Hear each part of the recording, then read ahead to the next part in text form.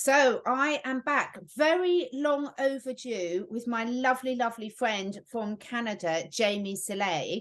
How you doing, Jamie? I'm hanging in. I'm hanging in. I have days where I feel like I can't, like, we've had these conversations before, and I know that the listeners are feeling the same way. Just can't, how much longer are we going to have to continue like this?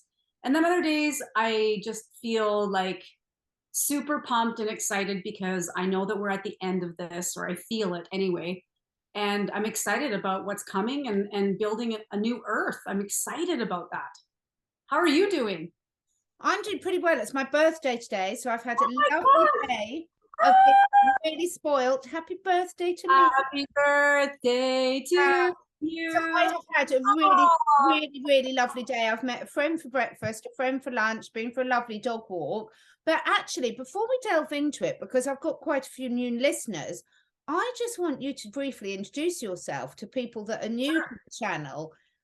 Because it's really important that we're going to be talking about some really fascinating things about the Great Awakening, pain, who are the crazy ones today. And I want people to get a feel for your background. sure. Okay. Well, I'm most known for being a world and Olympic figure skating gold medalist. Um, World title was 2001. Olympics was 2002 in pairs figure skating, representing Canada, as you said. And then I guess another part of my title would be mother of two. And I was a transformational coach before my awakening. And I pressed pause on coaching because my awakening was really harsh for Yeah. me. And I realized I had a lot of healing to do. But it was interesting because I was coaching in goal setting and vision planning, like helping people create a vision for the life that they wanted to live. And then I went into like trauma treatment. So I was learning all about the brain and how we can work with trauma and help people work through their pain and trauma, which is exactly what happened with me through my awakening. I got triggered again and realized, I guess I'm not done healing. We know that feeling and how relevant it is for today. But you've also got a new venture that you're Yeah. running as well. So tell us about the Canadians for Truth. Thank you, Catherine. Thank you. Yes, and it's not new, but it's still new enough that I keep forgetting to bring that up as my like what I'm doing, who I am, what I'm a part of. So I'm a part of a group here called Canadians for Truth, and our website is canadiansfortruth.ca if you're interested in just having a peek. And if you want to become a member and follow our content, that would be amazing. But Theo Fleury is a retired hockey player, Stanley Cup champion, Olympic champion. He was at my Olympics. Or my Olympics, 2002 Olympics. And so we became buddies back then. And through this awakening, we basically reconnected because we were the only two athletes speaking out in Canada that we could see anyway. I mean, there's probably lots that are awake, but that aren't publicly speaking out. So we connected, and then we were contacted by a gentleman. I'm giving you Cole's notes, but we were contacted by a beautiful man named Joseph Bourgault, who was actually running for office here in Canada. And then he just wanted to, he's very passionate about the pursuit of truth. Yeah. So he wanted to create a platform where we could give Canadians a voice. And I mean, there are lots out there. We know that there's lots. I mean, we have Rebel News, we have lots of other truthers that are creating incredible content. But Joseph wanted to have something special for that he had a vision for. And so we asked Theo and I to be a part of this. And without any hesitation, I said, absolutely. So Theo and I are doing one live show right now a month. We've done two so far, where we have a guest. The first show was actually just our launch, and we all introduced ourselves. And the second one, we had Pastor Artur Pawlowski. So he was a Polish pastor here in town that has become internationally famous for basically telling the police to get out of his church when they were trying to arrest him. He's been arrested so many times. His story is fascinating. So, and then we have one coming up in November with one of the lead truckers. Amazing. So we do one of those, and then we each are going to do, the three of us will be doing our own interviews, just a couple a month right now. We don't really know where we're going to necessarily go with it. We're just kind of organically um, we have a little bit of a plan, but we know that things are it could turn any direction right now for the good and expand and get bigger. And we're all about unity. And I love when Theo and Joe and we do these, when we've done talks, we sit there and talk about how the CEO of our business is God. And it's so powerful.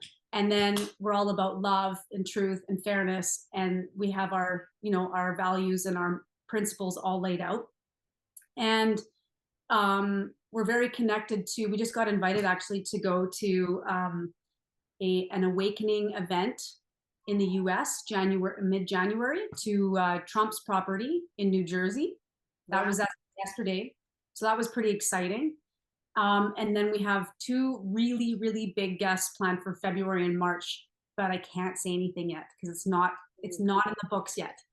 Fantastic. So I think this is really good background for people, because so many people are at various different stages. I was out with a really good friend today, and I was trying to explain to her the level of censorship that goes on. And what was really amazing to me, not just with her, but so many people are completely unaware of the censorship that's going on. So one of the big divides, and when we're looking at the Great Awakening and what it means to us all and who are the crazy ones, I think it is important to realize that if you don't see it, you don't see it. And as you were saying, you had a very rough awakening, a very quick, very rapid awakening. Some people have been awake for years. I've been aware of the corruption in the pharmaceutical industry and the medical industry for years and years, just because of my background in holistic health. But other areas I was completely unaware of. And I think this is the important thing, is at the moment there's an awful lot of division, isn't there, Jamie, with people blaming each other for not knowing certain things. But of course, we're all looking at completely different information sources. So my friend today was completely unaware of the level of censorship. She was completely gobsmacked about a lot of what I was telling her at, because to an average person that's still looking at mainstream news sources, this information is just not out there. No. And one thing that I wanted to really mention that I think your listeners will relate to as well is that we were called crazy conspiracy theorists and all kinds of names when we were trying to share information with everybody. But it's almost like these people knew us for probably a very long time. I know my group did. And then all of a sudden just a switch went off and I went crazy. No, I was just very aware and open to information that was being shared with me. Then I wanted to pass it on, right? You just want to keep passing it on. But the media the mainstream media did a really good job convincing everybody that anyone who was going against this was the problem. Yeah. They were, the terrorists, the bigots, the racists, the anti-vaxxers. I'm like, you know what? It's funny. I used to say, not anti-vax, right? Say no more trigger words, because the whole point is every time we use words like that, we can't upload the video. Oh no. Yeah. But but this is the point, isn't it? This is the point why we can't say these things, because then suddenly you're not allowed to upload the video even. Oh man. Well, so we're all these names and all these things that were created by the media to make people believe that the rest of us have just gone off on this dangerous path, as I've been told many times. Like, it's just, for me, I sit here at this point in the game and shake my head, because the people that aren't following what we're following have to be seeing enough of it through our platforms. Like, I'm very aware that as much as they think we're crazy, they still follow us to see why we're doing what we're doing. Like, people that know me, I'd like to believe that they truly don't think I'm crazy, that, okay, yeah, maybe I'm following something that's conspiracy in their minds, but I know they're following me. I know they're maybe not following, but they're like checking in on what I'm posting. So they have to be seeing some truth coming in through there. Like, I know a lot of the, the normies out there that are following just the news that they see on their TV every night aren't seeing any of the data or facts around the vax injured. They're not seeing any of this information coming out about these from the companies that have the shots, and the truth that's come out there, about the transmission and about getting it. Like, they're admitting everything now. like, it's actually really fun to be on social media right now because there's just truth after truth after truth. And ever since Elon took over, I mean, we're all testing Twitter to Yeah. put things on it to see if we get canceled. And we haven't been. I actually haven't been canceled once, and I've been putting lots of stuff on there. So I don't know. I'm one of the fortunate ones, but I just think that they have to be seeing something. But in general, it's frustrating for me. And I know a lot of my friends feel the same way, that we are seeing it, but they're still not able to see it. At some point here, I think the media has to be held accountable. Like, at some point, like, this cannot keep going. It cannot. This is where we're at the moment, is you know, we've been having these conversations for 2.5 years now. And this is what's so interesting. You know, I think we're in our second, possibly third Red October. We've now moved out of Red October into it's all going to happen November, definitely for the second year in a row. And I think this is the question now on people's lips is one, when is it going to happen? But secondly, something I really wanted to get your opinion on in terms of, okay, when do we stop talking about it and start changing our lives? Because we can be waiting and waiting and waiting for the mainstream media to be taken down, or for disclosure in whatever form that might mean. But there's so many complex issues like that. And actually, if I was in charge, you know, I've done quite a lot of work recently on my platform about the placebo and nocebo effect. And, you know, everyone's heard of the placebo effect. Take this sugar tablet and it can make you better. And remarkable results with that. But it's equally very well known, the nocebo effect. So whether you call it a curse or a medical diagnosis, it's very well known that if you tell someone they've got a year to live, most of them will die just as that year comes up, because it becomes a self-fulfilling prophecy. So equally, for the powers that be, and I'm talking about the good powers that be at this stage, it's actually not that simple, because from my ego point of view, I want this all to come out. I want, you know, people to realize that I did know what I was talking about all along. But equally, if I was making that decision for the masses, I would equally be saying how much information should come out that will serve people. Because if you go out and 10 people that a decision they've made might have disastrous consequences on their fertility, their health, etc., is that actually in their best interest, or is that serving particular egos? It's a difficult one, isn't it? That's actually a really good point, Catherine, because I agree with that. I agree with that. However, we are in a great awakening that has never happened here, ever, right? Like, there's no books on this. There's nothing in our history books that even talks about a great awakening. This is biblical. So this great awakening, we know that in order to, what is the catalyst for change and evolution is pain. Yeah. And I hate that word in a way, because I'm like, I don't want anyone to feel pain. None of us do. We don't want people to have pain or go through painful things, but that's part of life too. But we all have to experience, and we've all had our parts. Like, my pain was losing my son in this. You know, he doesn't want to be in my life because I'm, you know, not like everybody else. My best friend group, like, I've had a lot of pain last year. So more emotional pain than anything, right? But that is what pushes people to start thinking differently and start behaving differently, start healing. To me, this was the biggest gift in all this pain, was that I dove into healing, because I do want to, I'm preparing for the awakening that is coming, but I'm also wanting to be a better version of myself on a day-to-day basis. So I think what's coming for the people who aren't quite awake yet is going to be their pain. And unfortunately, it's not going to be great news, but that's where we come in to support them. And I'm sure that they're going to be told there's an antidote. I'm sure that I listen to things that are talking about that. So they might be scared for a bit, but then there's going to be an antidote. We're all going to help them, support them, say, hey, take these detox things. You know, it's really sad, but it is biblical as well, that so many people are going to leave the earth plane. It's very interesting for me to think about the awakening that way, and that even if our souls have a contract. I mean, there's so much information out there that are saying some souls are renegotiating their contracts. I go, is that even a thing? But who knows? Maybe it is possible, right? Because they're aware that they took this jab but now they actually don't want to leave. They want to stay here for this. Not everyone's going to die, right? We know that. And if you're fortunate to have taken this and you're okay, then congratulations. But I think part of the awakening too is for people to really see how evil these people, these, I don't even know if they're people, these dark elites are and were, and we will never allow this to happen again.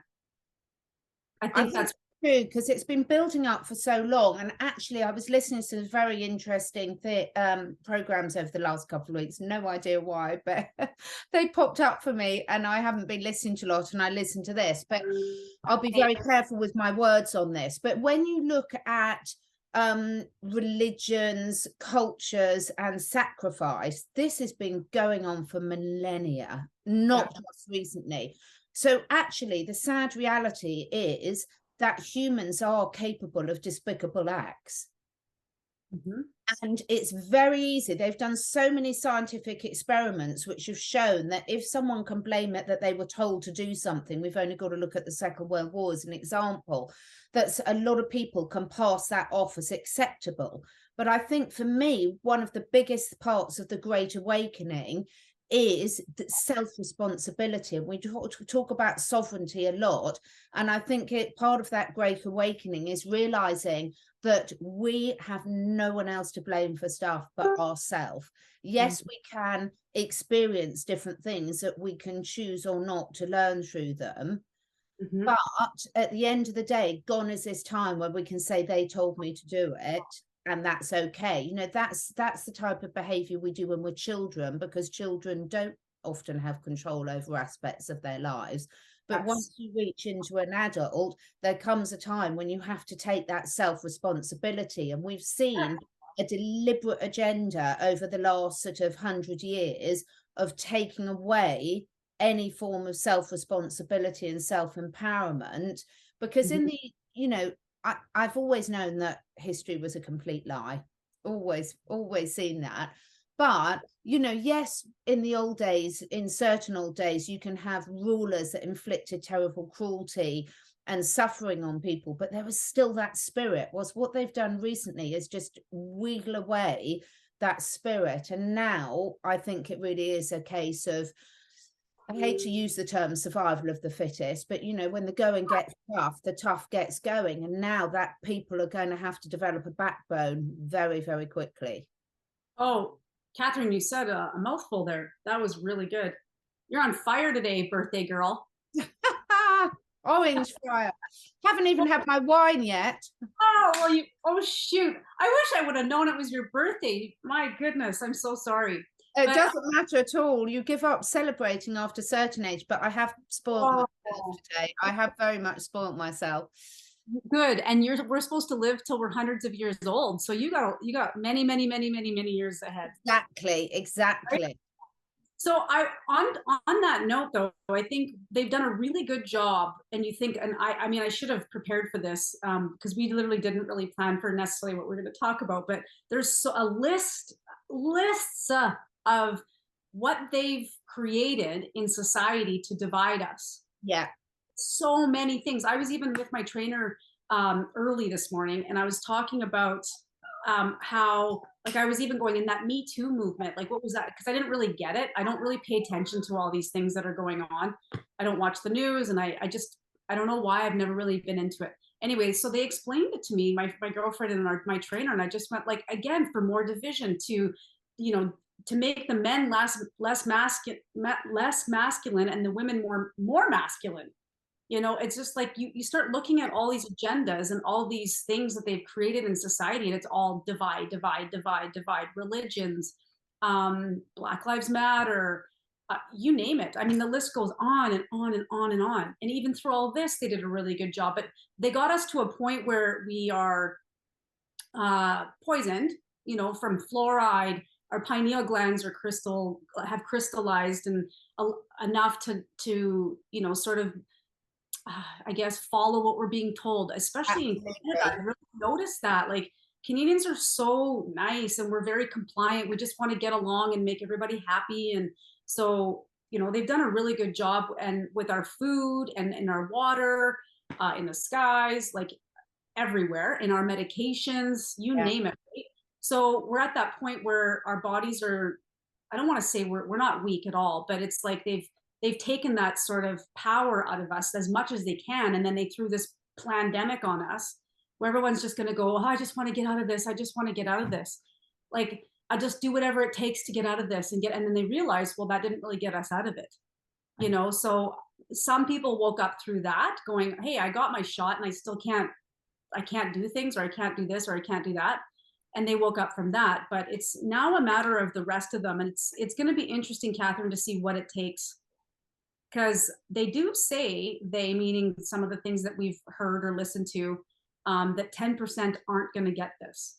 Yeah. And I wonder what it is about just that 5 or 10% that isn't going to get it. What do you think that is?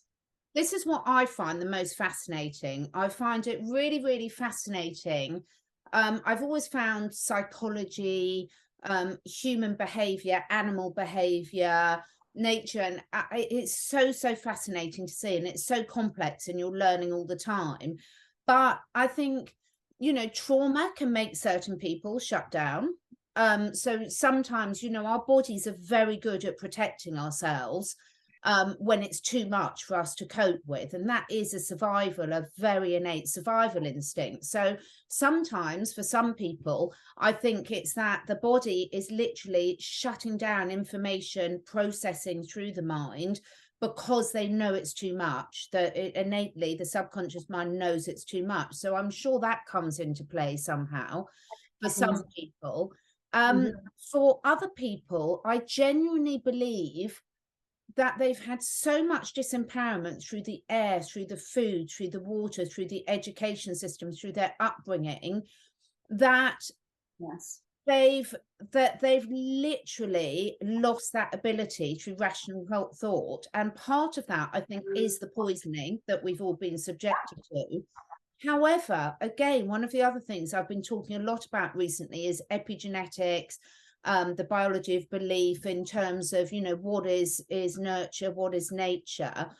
And with all of these things, even when you look at the epigenetics, even when you look at quantum healing technologies, what fascinates me more than anything is even taking into account that our genes do not define us, that the effect of our conscious mind or our subconscious mind, there's still that spark of differences between individuals, because you can still have two people that have got identical genetics that are subjected to the same environment but respond very differently. And what we haven't got to the bottom of is what is that still, because you've taken into the environment, you've taken into the genetics, but there's still differences. What is that soul, that spark, that something that differentiates what manifests in that person's life, whether it's through thought, through understanding, through lifting of the veil, and what doesn't? I mean, I'm a twin. I'm not an identical twin, but when you're a twin, quite often you go through the same schooling system, you've had very similar upbringings. Yes, from the start, because you're different personalities, people do react differently to you. But what is it that makes you so inherently different? It's so fascinating. And this is what I'm loving, is the fact that we just don't know at the moment. There's so much for us still to discover. And for me, that really ties into this 90% junk DNA, which as a biologist is absolutely the most ridiculous thing. Nature doesn't put things in there for waste ever. So I think this difference, this spark of life, I think it relates to the opening up of all these dormant abilities that us humans have got. They talk about the God gene, they talk about our 20 strands of DNA, not the 2 strands. To me, there's a link here. Yeah. Know what it is, but that's the direction I'm going down.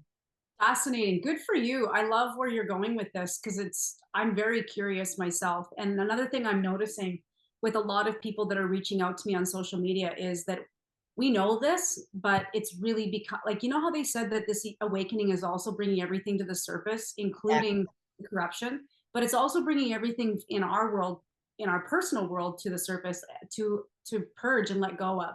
And people are reaching out to me and talking about, they're sharing their emotions, their feelings, what they're going through and all this. and it always goes back to their trauma. Yeah. And so I think what we can all embrace and be relatable to is the fact that we all have some kind of trauma, and it's no one's fault. We don't sit here and blame our parents or the teachers or whatever. You know what? We went through this because we came here. We chose to be here for this. But now it's like you said earlier, it's our responsibility to take action and say, you know, what is it that I need to do to heal this trauma? And everybody's going to have a different process. You know, we compare notes, some of my friends and I, of things that we've done, and not everybody agrees on everything, but you have to go. I went with my gut last year. I just went, you know what? I want cranial sacral. I want an osteopath. I wanted holistic healing. But there's lots of different modalities and, books. There's lots of different things out there that can help people through their healing. Wonderful. Even just having conversations, being very vulnerable in groups. Like Theo talks about that all the time, how in addiction, he said the most incredible way to heal addicts is through group therapy. Yeah. Because just sharing stories and being relatable. And he said that's what he recommends. He was actually on with Laura Trump a few weeks ago, and that's one of the questions she asked him, like, what do we do, Theo? And he said group therapy. And I think that's what we're going to see with this awakening, is that some of the sleepers in our life are going to need the support. And I'm not suggesting you got to be opening your door to everyone in your neighborhood to say, hey, come on over for therapy session here. But I think that's what will evolve, is that we're all going to be working in teams together to help each other, because they're going to go like, they're not going to know what to do. Completely. It's going to come in flooding them, and it's going to be scary. They call this the scare event coming. I don't know what if it's going to be nuclear or it's just the information in itself. I don't know. None of us know. But it's going to be hard. It's going to be difficult. And it may even be for us a little bit too. We think we know things, but we may not know most of it. We might know only like 10% of whatever is really going on. And the thing is there's a reason why you don't know it all up front, because it's like we wouldn't go and sit and watch a movie if we knew the ending all the time. I might do if it's got Daniel Craig in it, but apart from that, I probably wouldn't. But no, in all seriousness, I think this is part of the reason why you and I have these chats on a public platform, is part of group therapy for you and I, but also because if any part of it resonates, because what we have realized is, one, there is a huge amount of us out there that do feel like this, but we don't necessarily find those people in our local communities. I've got virtually no one in my local community that I can have these discussions with. They'd all run a mile. In fact, they do normally when they see me coming. I get invited to very few dinner parties now. I've no idea why, but so can't think. But in all seriousness, we do need these talking shots. We need to understand. And we're not saying, I don't expect anyone to be listening to this and agree with everything I say, agree with everything Jamie says. But if there's sparks in there that you think, yes, hallelujah, or that makes sense, or yes, I'm aligned with that, then at least at the end of the day, we are sociable beings. We are, community beings, humans are. And we need that sense of community. And as you said earlier on, there's been a deliberate ploy to separate the family environment. I mean, I fell for that. Look at this thing of women's rights. And I'm not saying women shouldn't work. I'm not saying that at all. But the agenda has been very much pushed to break up the family unit, to get the children away from the parents, away from the grandparents. Single families deliberately. There's nothing wrong with all these, but there's a difference when there's a deliberate agenda to push that for nefarious reasons. And it weakens us because together in that family unit, you are stronger, whatever your disagreements. Yes. Family doesn't have to be blood family. Yes. Well, and look at tribal people. You've got indigenous, you've got Africa, you got tribal. Like my trainer is from Ghana, I think. Anyway, he said where he grew up, they all were together like ants, and like they all lived almost like, they say it takes a village to raise the kids. Exactly. Well, they were like that. And anyway, and there's lots of cultures or communities that do this. Like it's like they got it right.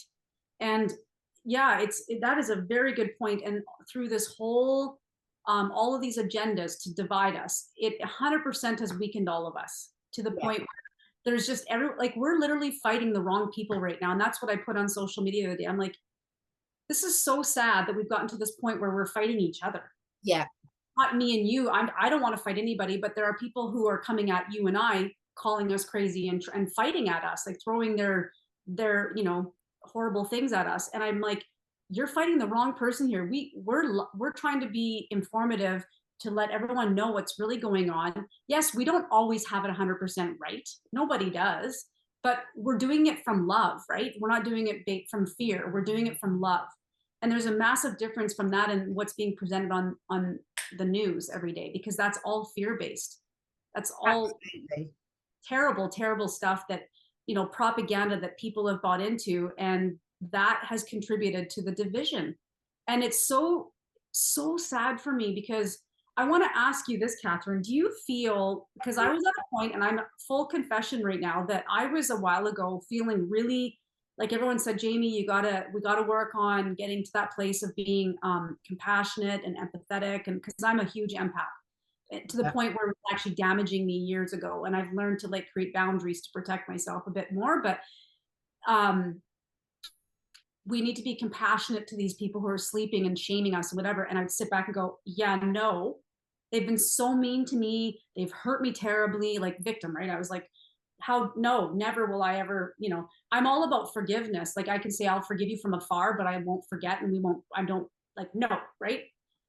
But I'm literally getting to that place lately where I'm starting to feel it must be compassion, because I'm feeling sadness. I'm feeling more of a sadness towards the people who have behaved that way.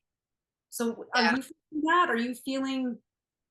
I definitely, and in most, I've been very public that I started off this journey. I've always preferred animals to people. Yeah. I still do. I will be honest. Do I love people and want the best of them and don't want harm? Yes. Do I want to be surrounded by a lot of them? No. Because the thing is, I think I'm absolutely fascinated by the subject and the role of the ego in all this, which comes back into what I was talking about earlier, about this fine line between what is in people's best interest. So if you have genuine compassion for someone, sometimes there's things that might be best for them not to know, if it's not affecting them moving forward in their lives in a more positive way. Different personalities are different. I want to know everything. I'm the nosiest, most, I was one of those annoying children that the teachers moved to the back of the class because I was, because I asked too many questions. My husband's completely the opposite. He doesn't need to know anything that doesn't affect them. So you've got every range. I am, generally speaking, a lot more compassionate. And I do genuinely feel devastated. We all know what it's like. There's not a single person that's going to be watching this that hasn't made decisions in their life that in hindsight they've regretted or thought might not have been in their best interest.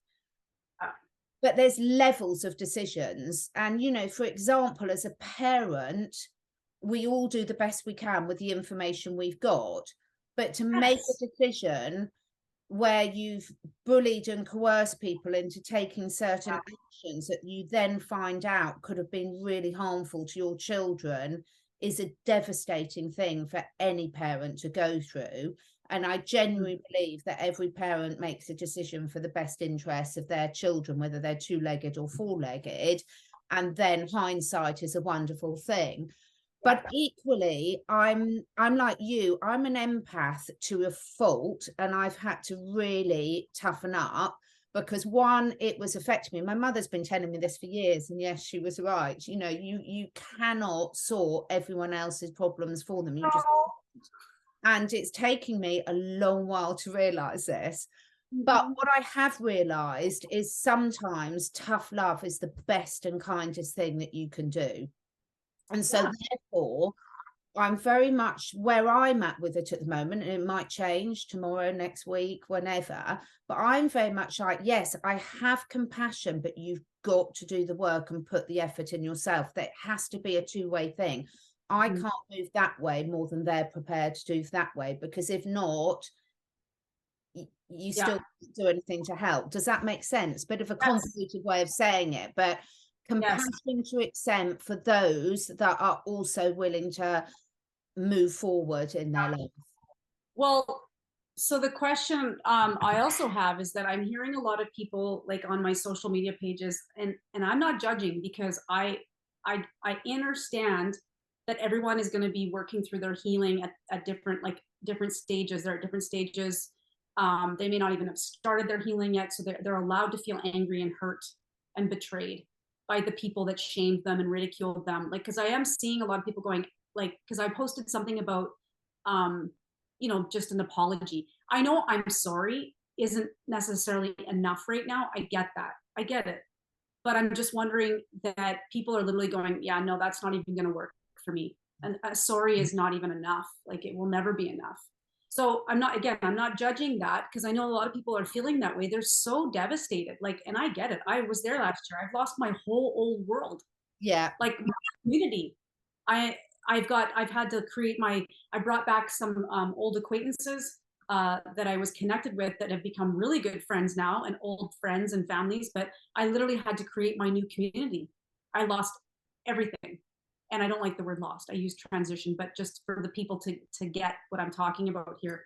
But how do you feel about that part of it too? Is that, allowing yourself to really be okay right now? Like I allowed myself to be angry and say, and that's not godlike of us. I get that too. But I also think that God doesn't judge. And if we are going to need to feel the emotions of like, I've been hurt and betrayed so badly, and it's not even playing victim per se, but it's painful. It's been excruciating. This is the hardest thing I've ever gone through. And I've gone through 2 divorces and training for the Olympics to get to that level. Obviously, that was not, unicorns and rainbows. It was really difficult. And I went through stuff within my families, both sides of my family. I've gone through lots of tumultuous things. This is the hardest ever. Yeah. I've gone through sort of my grieving stages where I was like angry and hurt and like, I don't want these people back. And I don't forgive them. And I don't this. And I was really angry. Oh, absolutely. I'm so there with you. And I think you've hit the nail on the head, is we do have to realize it's a grieving process. But again, I think over certain things that have happened over the last year, where I have transitioned a lot of people out of my life, equally a lot of people have transitioned me out of their life. And it has been really, really hard. But hindsight is a wonderful thing. And when I'm really honest with myself, when I'm sitting there and I'm journaling, or I'm really allowing myself to feel my emotions rather than putting my I can cope with the world act on, which is what we do most of the time, what I've realized is actually the cracks were there so right from the start. And actually, in a lot of those relationships, it was very one-sided. It was hard for me to admit that because some of these are friends that I've been really great friends with since a child, or certainly since, college and everything. And family members and things. But actually, what I realized is the blessing for me, having gone through all those emotional sagas, and I should have been Italian because I do not hold my emotions in.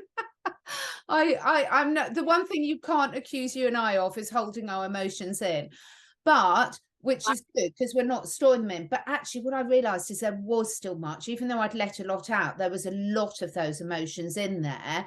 But I think what really hurt me the most, and what I've really had to come to terms with, and I think I've done a lot of self-worth on this over the last six months, is realizing that actually the problem was there long before this just brought it all to the surface. So, and actually how long I'd kept those relationships going almost on a false premise because of that. Well, mine goes back to childhood. So the feeling of being betrayed or alone, because that's what a lot of us have felt, right? That it's very lonely. Well, it's all triggering me back to my childhood. My parents divorced when I was 10, and my mom was struggled with depression. So she cried a lot at night and would cry herself to sleep. And it was really difficult. And, I was there to support her and tell her that she's amazing and that everything's going to be okay. But I must have felt incredibly alone. I must have.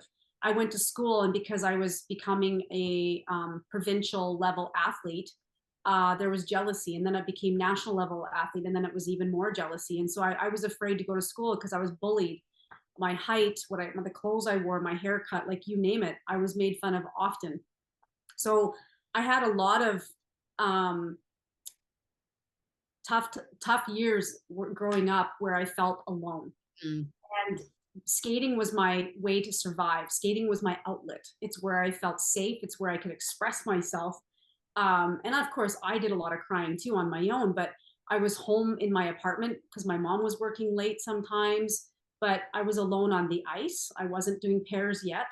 And I was alone at school. I maybe had one good buddy at school, but that's about it. Like I didn't feel welcomed or loved at school. It was difficult. So I think, and I got through all that obviously, but then now having these people transition out of my life, and my second marriage is over, and my son going, I want nothing, like all of it just totally triggered me to my childhood stuff again, of feeling alone and betrayed, not good enough, you're not lovable. And we've talked about this in some of our other shows, and it just keeps coming back for me. And when I see people respond on my social media pages, that's exactly what I'm witnessing right now, is everybody's trauma.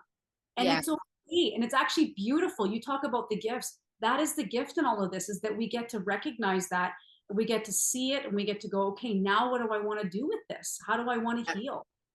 How am I going to move through this? There's no shame in it. We all have our things that are being resurfaced for a purpose, for a divine purpose. And like you said, we're both very hot personalities. We like to express ourselves, but it's funny because I think being an extreme empath, even though we felt at the time, frustration, anger, sadness, whatever, there's definitely still more that we've kept in. But because when I get triggered to my childhood stuff, still I sit here and go, well, I thought I dealt with that. That must have been way more painful as a kid than I ever would admit to. I love you, Kitty. She always comes to join me.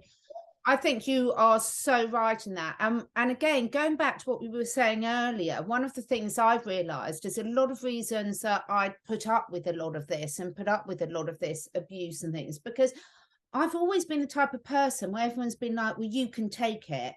Yes. And that's happened throughout my whole school, at my work. I've got so many examples. I could literally write a book on it. And what I've realized now is I've reached enough. I mean, I know we're going to be talking about boundaries in another talk, and we've mentioned it before in some of our others, but I've realized enough. I've said, no, it's enough. So what I've realized is a lot of these relationships, I understand why people are reacting the way they are.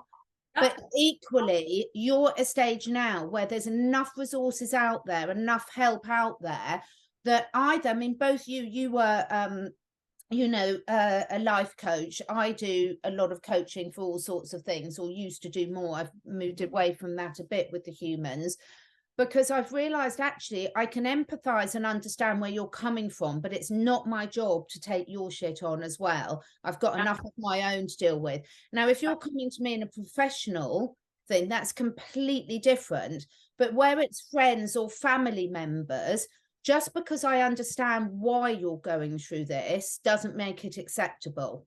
Because a lot of you've got the access to the same resources, same self-work as I can. And if you're choosing not to do it, I'm not going to let you project it on me as all mine. There's always an interaction of energy there. So it's never one person or the other. It's always a two-way thing. And if I'm prepared to accept my side of it, if you want to continue to us to have any sort of relationship, you've got to accept your side of it as well. Well, I think there's probably more than two, but just the two that come to my mind right now of personalities right now, you got the narcissists who are just going to blame everybody else and believe their lies and think it's everyone else's fault. And then you've got those other people, those of us that are scared to face that. It's scary. It takes a lot of courage. And yet, it's interesting because I think as an athlete, to get to the top, I knew that I had to get comfortable being uncomfortable. Yeah. I don't even know if I love that saying anymore, because I don't think that it's always has to be that way. But at the same time, again, that pain creates change. And so I knew that working through my past trauma and even my more recent ones was really important as hard as it was going to be, and I did a lot of crying last year, Catherine, a lot, like to the point where my poor daughter, who's 9 years old now, was just like, Mom. And I wasn't crying for months on end, but there were days where I would cry all day. I would go to bed with puffy eyes and just felt like absolutely depleted. And I had many of those days, but it takes courage to look in the mirror and do the shadow work, to sit there and say, you know what, I've got to take steps. But I always told my clients, it's one small thing. You don't make your to-do list to be 10 things. Exactly. No. And each day, like, and celebrate the wins, celebrate, the things that you're actually, like, even for me right now, a win for me these days is just staying positive, because I'm getting really tired of this. We all are. And so finding the gifts in it, having gratitude. Some days you think, well, yeah, you should always have gratitude, Jamie. Well, some days are hard because I feel alone still, or I feel beat up. I feel like on social media, I get annihilated, like whatever it is. But again, just telling somebody that feeling the scared aspect of wanting to heal is even just encouraging them to do one thing a day and focusing on the things that they are grateful for at that time. And it can be very personal. It doesn't have to be like something global. Like, I'm grateful that, we have white hats that are out there fighting for us. It can be just that you're grateful that you got out of bed today and you got dressed, that you're giving yourself self-love. You went for a massage, you went for a pedicure, you went out and bought that book that's going to inspire you, whatever it is. Yeah. That's really important. But yeah, we're also dealing with mass narcissism. It's fascinating because when you look at humans compared to any other species on the world, my Coco's literally about to put everything off in a minute, as she'll knock my computer flying if I don't cuddle her. But it's fascinating because most of us, anyone who's got the time to sit there watching us to have this conversation, one, we really appreciate you all, so thank you. And secondly, we're in a very unique, privileged situation, and a very small proportion of the world that has actually got what we humans would call leisure time. Yeah. So most actually human populations are so far below the poverty line, have not got the things that, and of course every other animal. So if you're an animal living out in the wild, not one of our animals, your whole day is revolved around food, shelter, water, and reproduction. Now, as a human species, we've luckily, for a lot of us, moved past those day-to-day things. But it's not an accident where you look that in certain cultures and certain areas of the world, the word depression doesn't even exist. So it's another fascinating situation in terms of the fact that we are so lucky to have access to be even having conversations like this. Doesn't always feel like it. I 100% admit it doesn't always feel like it. But would I rather be in a situation where I'm worried about whether I can feed my family and myself today, or worried about some of the topics we're going on? I'd choose my situation any day. Yeah. Because when you get to those basic things, so it's not negating what we're feeling. I think it's so important to realize, well, that is where human society, or a lot of us, are at the moment. And us feeling sorry for others less fortunate for us doesn't help their situation at all. No. Action. But it's kind of what I continue to fight too. That gratitude that you were talking about is so important, because it is difficult when you look at, I say it again, humans are the only species in the world that follow unstable leaders. Yeah. And you're like, okay, well, why? Fundamentally, we've got to change this need to follow like that. It's more than politics, it's more than business, it's more than blaming these ridiculous non-elites. Fundamentally, what is it inside each of us as an individual that allows that to happen? And I certainly don't have the answer. Yeah, no, it's pretty shocking. It's shocking to see here in Canada how many people are still supporting Trudeau. It's unbelievable. Did you see his recent speech about Ukraine?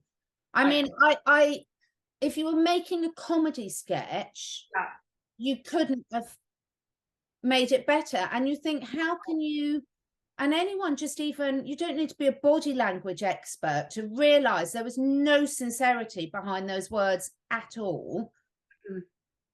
Like a puppet.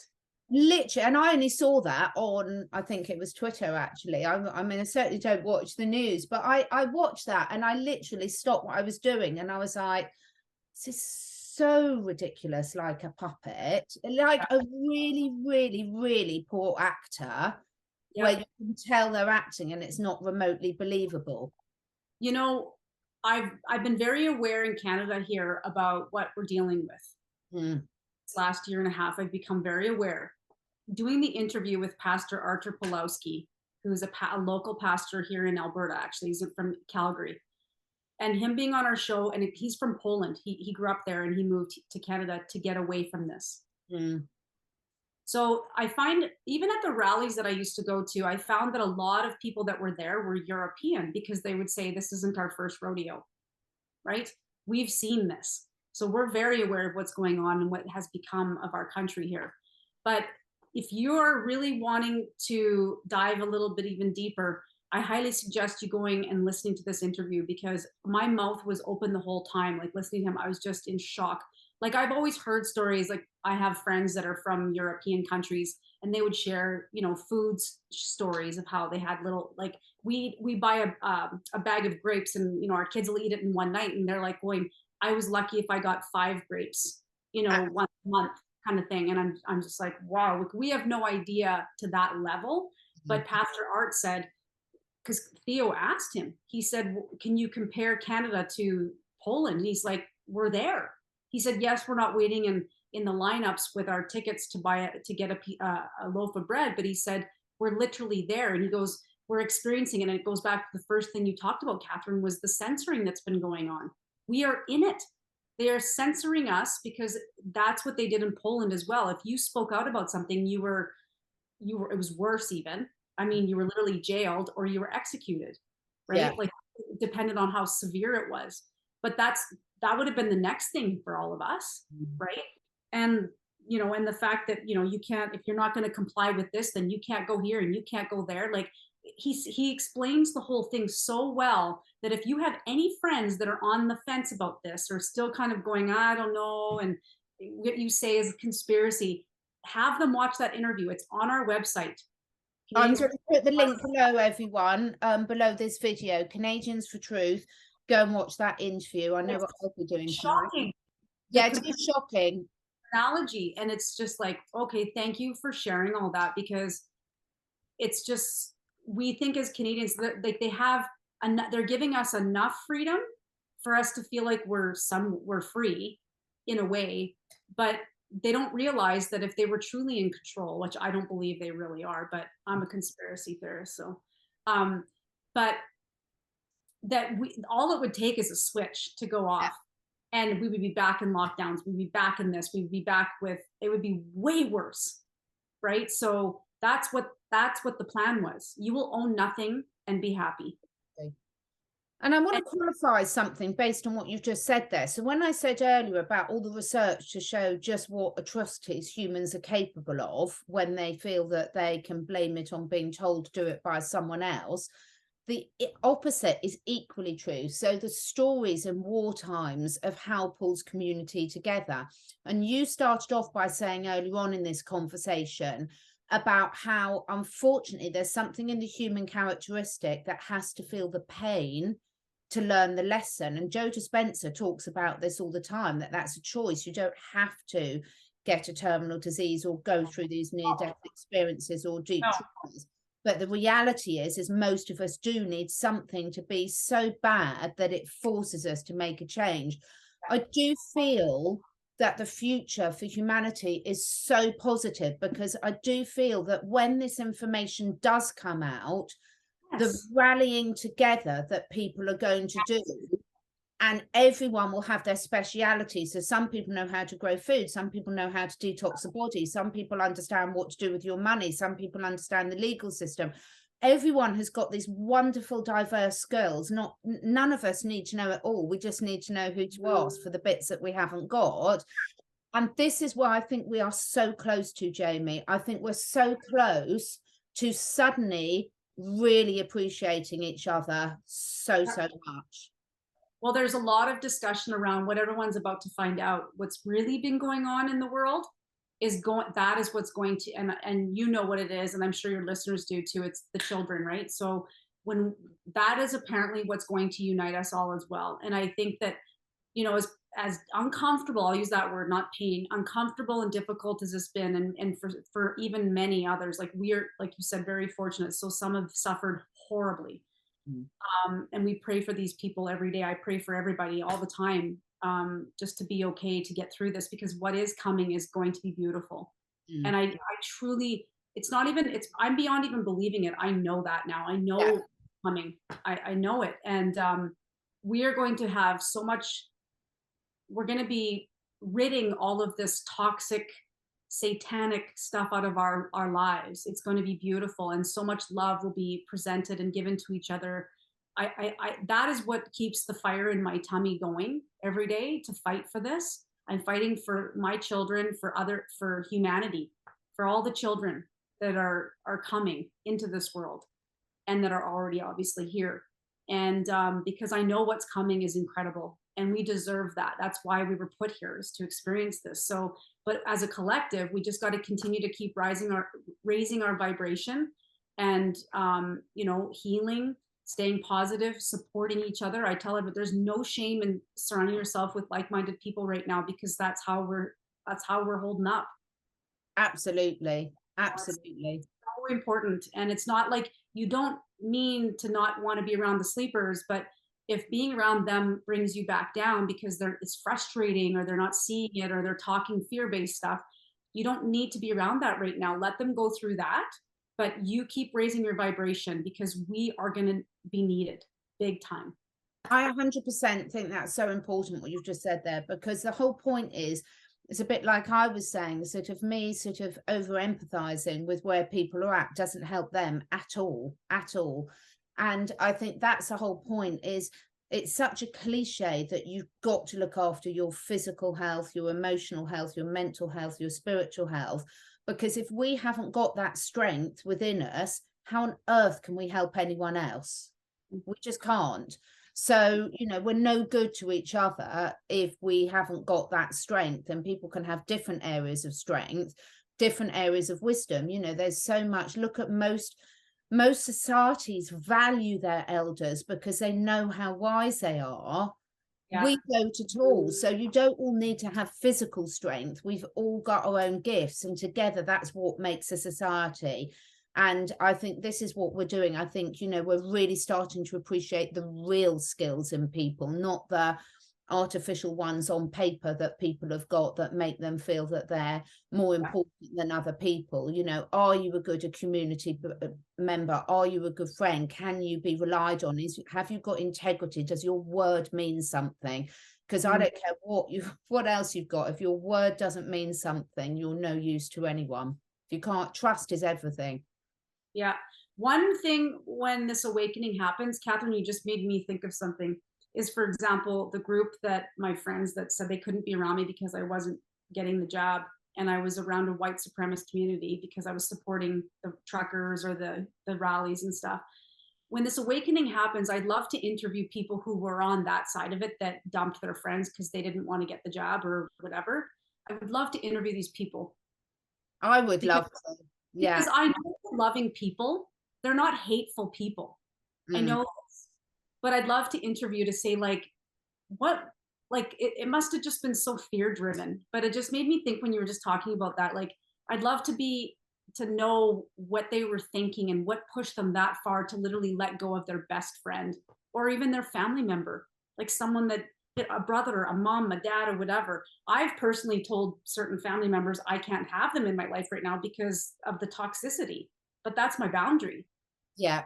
It's not because they took the jab or they didn't take the jab. It's for other reasons, but I'm just curious because it's so conditional. And it's so, as we know, so dramatic, and so, like, whenever in our lives have we ever experienced this? When? I don't think I was, just when you were saying that, I was deep in thought thinking when happened, because there's loads of things I've changed my mind on. When you were talking about that, I thought, yeah, Okay, I can remember that moment when the penny hit me. I haven't eaten meat for ages. My personal decision, because I'm in a fortunate enough position to choose what food I eat. But I ate dairy products for ages. And Yeah. I thought, I mean, it was ridiculous, Jamie. Looking back, it was absolutely ridiculous that I didn't realize the suffering that the dairy industry caused. Of course, they pull the calves away really young. Otherwise, where are they getting the milk from? Now I realize it. I'm thinking, how could I have been so stupid? But at the time, I just didn't think to ask the question. I thought, well, that's okay. They're not killing them. It must be fine. Now I know better. I do better. But the difference was, when I was doing that, I didn't ostracize out of my lives vegans because I decided they were awful. I just thought, oh, well, that's interesting. I just don't agree with you because I didn't get it. What we see recently is a accumulation of the division. When we saw it when the AIDS epidemic hit, I was old enough to remember.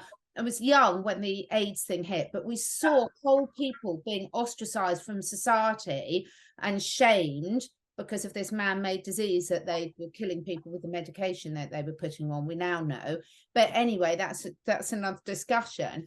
But you can see now how it's been planned, because that level of actually cutting people off for having a different decision, that is over and beyond what I've ever experienced in my life before. You know, you can disagree with people, but you wouldn't cut them out of your life, and you'd soon be on to another topic of conversation. Percent. Like even here in Canada, Canadians generally, and I don't know what the percentage is, but it feels anyway in my old world that Canadians in general just don't really like Trump. And anyone listening right now, you can have your opinion on it. And then there's some that really like him. But if you even mentioned that you like certain things that he's done, you just, you know, back before all this happened, you just got into an argument, and then everyone would go, okay, let's just not talk about this. But this was something to the point where you literally were ostracized. You were told you couldn't be a part of a group anymore. You couldn't, like, I've never seen this before to this level in my life. And I know I'm only 45. Some 80-year-olds listening may have gone, oh, it's happened for a long, long time, but this is really intense. Yeah, it really is. I want to interview those people when they wake up, if they wake up, of like, where was your head at? And what were you really thinking that you felt? Because after a while, when you start seeing that, you know, the injections are not really working, you're still getting COVID, and then people are still transmitting it, or whatever this whole thing is, that it's really not about that. Like, I haven't heard from one of those people, not one. Not one. And the cruelty, I mean, the things I've said, one family member said to me that I mean, it was so cruel and so nasty. And basically said that I was a complete disgrace, I was a danger to society, and that no one in the world felt like I do. And I thought, well, you obviously haven't looked at my YouTube channel then. So, because Really not. Absolutely hysterical, and they genuinely mean it. And that was polite. They were a lot ruder the way they said it. I've never had an apology ever, and I probably never will from this particular. Oh, not. And it is really fascinating, because you sort of think, wow, you know, to have that much venom. I still come back of the fact that we're just the trigger for them. You know, I've seen it so many times. My favorite Wendy Dyer quote: when you squeeze an orange, only orange juice can come out. So that venom that's been projected at us isn't anything to do with us. It's this venom inside them from whatever trauma they've got, and we're just easy targets. So I triggered a lot of people on Halloween. I posted that I won't participate in this day. Oh no, nor me. And then I put hashtag satanic agenda and hashtag crimes against children. And wow, I was trending on Twitter that whole night. And I got like, I don't know, umpteen messages going, Jamie, you're trending. Oops. I didn't realize it would be get that much attention. But what I did want to do is a comparison on is, obviously I don't take, you know, likes and retweets and stuff as like that's everything. But I noticed that the comments that I got around, like, I'm just guessing, around 1,500 comments, which I would say 99% of them were bad. Like, they were shaming me, going, how you're such a cuckoo, you're this, you're that, whatever, for thinking this way. And even some Christians went on there and said, actually, it's not at all. And they said they had their opinions. But then I went to the hearts, you know, where you like something, and there were over 2,000. Yeah. So I went, okay, you know what? I know that I'm not like necessarily, I know why they've literally, or at least I believe why they've created this. I mean, why would we want to scare children, right? What is that related to? And also, I'll just add to that as well. At what stage, you know, you and I are both mothers, at what stage we spend our whole life taking to children, what stage do we say it's okay to go up to strangers, eat things that they've given you that you've got no idea what's in them, and wrap Exactly. them up as something really creepy and covered in blood and things? I mean, how is that in any child? This business about, I'm so sick to, I've had it in my career as holistic animal health for animals so much. If people put even 1% of the energy that they put into fighting for their limitations into something positive, there's so many ways you can have fun with your children. Dressing Yeah, up in devil costumes doesn't have to be one of them. because that's what people were saying was like, oh, come on, we can still have fun. We don't need to make it satanic. And I said, listen, I get you do you. I'm not shaming anybody. I'm just saying I'm not taking in this. And I wanted it. It's almost like I'm wanting to plant a seed too of going, I totally get what this is all about. Yes. And so anyway, boy, did that ever trigger people. Like, and I had other truthers here, even in Canada, that are putting great stuff up. They actually messaged me and said, good job. Yeah. Trying to make people aware, and even if they shamed me, I think they still something might be in the back of their head going, because I think deep down we all know this day is it's creepy, it's scary, it's this and that. I personally, I just always felt a little uneasy about Halloween. Yes, the costume part is fun, but I agree. Like people go, oh, little white lies, telling them that this is okay and that, you know, Santa is real and all this. And I go, no, actually, I don't agree with that at all, because I think our children, and I know that you're going to get a lot of viewers that are going to go, no, Jamie, it's okay. You know, it's part of their childhood and whatever. And I just think, Yeah, I don't know. why is it part of your childhood? Why do we start our children off from the earliest? And you know, I get so much abuse. I did in one of my other discussions with Michelle Clam, we talked about the eating issue and the vegan, and oh my goodness, opens up a can of worms. You do you and I'll do me. But again, I'm saying for me, once that light bulb moment goes off, and if I'm in a position where I'm lucky enough to choose what I eat, which I am, not everyone is in that position, but I also held my hand up and said I've got 5 cats and 2 dogs, which I do have to feed meat because their digestive systems and physiology is completely different to mine.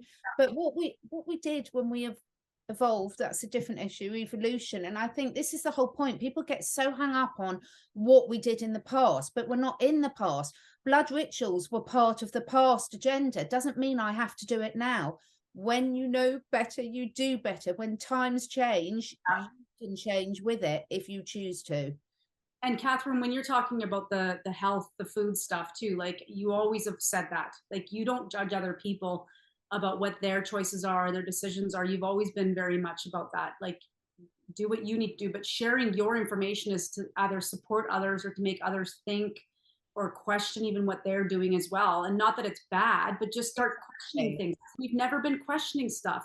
But also, if you're going to respond back to somebody that's putting out videos, you're going to respond with negativity and shaming that person, you're just triggered. Exactly. Why am I triggered right now to this? This has nothing to do with what Catherine's saying or what Catherine's posting. That's her content. But if you're reacting to this, what are you triggered by? Absolutely. That's what I suggest. And I know that that's difficult, but I'm still getting triggered. So my responsibility is to look at me, not you, Catherine, or others, or whoever has said something to me, right? Or that I read or I listen to and I go, oh, it's what is in me right now that it's getting triggered. What do I have to work on? That's what I've been doing, and I've got a lot still to do. Oh, we all do, and that's okay. It is okay, because why would it not be? Why would we stop? What are we going to do if we stop? You know, that's not the point. I'm not going to sit there on my bum for the rest of the time watching Netflix. You know, I want to have things to work on because you want that sense of achievement, and that's fine. It's absolutely fine. Oh my goodness, I could talk to you all day. Are there any final words? So I'm going to put the link to that interview below. That's going to be really important. You've certainly whetted my appetite for these guests coming up, so I cannot wait to see those. So please do go and take a look at Jamie and her friend's new platform. I keep calling it a new platform, but a lot of people don't know about it yet. And Absolutely. if it resonates with you, sign up. What else? Anything else to finish with for us? Well, I just really hope that something blows up here before these elections, because wouldn't that be wonderful? Some exposure, some big exposure. I just tell everybody listening, you know, we have to have faith that and trust the plan, and this is in God's time, and whatever, you know, I don't know. I tell my friends right now, we have to do what we can to stay happy. What is Yes. it day to day that's going to make you happy? Because it's so easy to just feel like you're in a slump. And trust me when I say this, you are so not alone feeling low energy or tired and exhausted, and you just feel like how much longer. I can't tell you how many text messages or direct messaging I get telling me this. So we are all feeling this, but walking each other home, and we got to do the best we can. We were built for this. You know, they say that and we hate hearing that, but it is true. We are built for this, and there's a reason why God woke us up. Absolutely. Hang on, we're almost there. I love all of you listening. Thank you so much for all of your support. And Catherine, I just think you're one of the most beautiful souls on this planet, and you're very few that are left that I watch and support. So thank you for being you, and have a wonderful rest of your birthday. Coco's sitting here doing it, and I think you too. I mean, this is the beauty thing of bringing it together. And the final word I've got to say, which ties in with Jamie's aspect, I met my best friend Shay. Thank you, Emma. You are a gem. Now, Emma and I have got very different ideas about what we think the world is going on and everything. We are such good friends because we don't judge each other for those ideas. So the difference is you don't have to agree with everyone in your life. But what you were saying, when that person is allowing you to be you and you're allowing them to be them, that's what we're asking for. That's what we're asking for. There's no need to shame anyone. You know, that I think it's like living in harmony means embracing our individuality. And so, you know, I am really think what you said is the crux of it. Do what brings you joy, keep your energy up, keep your health up. Go along to Bryce's Esoteric Atlanta Challenge. She's got her November challenge yeah, and you know, join in. I've got to go now before my wine and do my exercise class from the challenge because I didn't do it this morning. So just, you know, be with people that uplift you, and you can explore these things together and learn from each other. We can all learn from each other. Yeah, unite. This is all about enough division. Enough. Thank you so much. We will be back soon. Be careful in that snow that's arrived today. We will be back very soon. Thanks for watching, everyone. Thank you.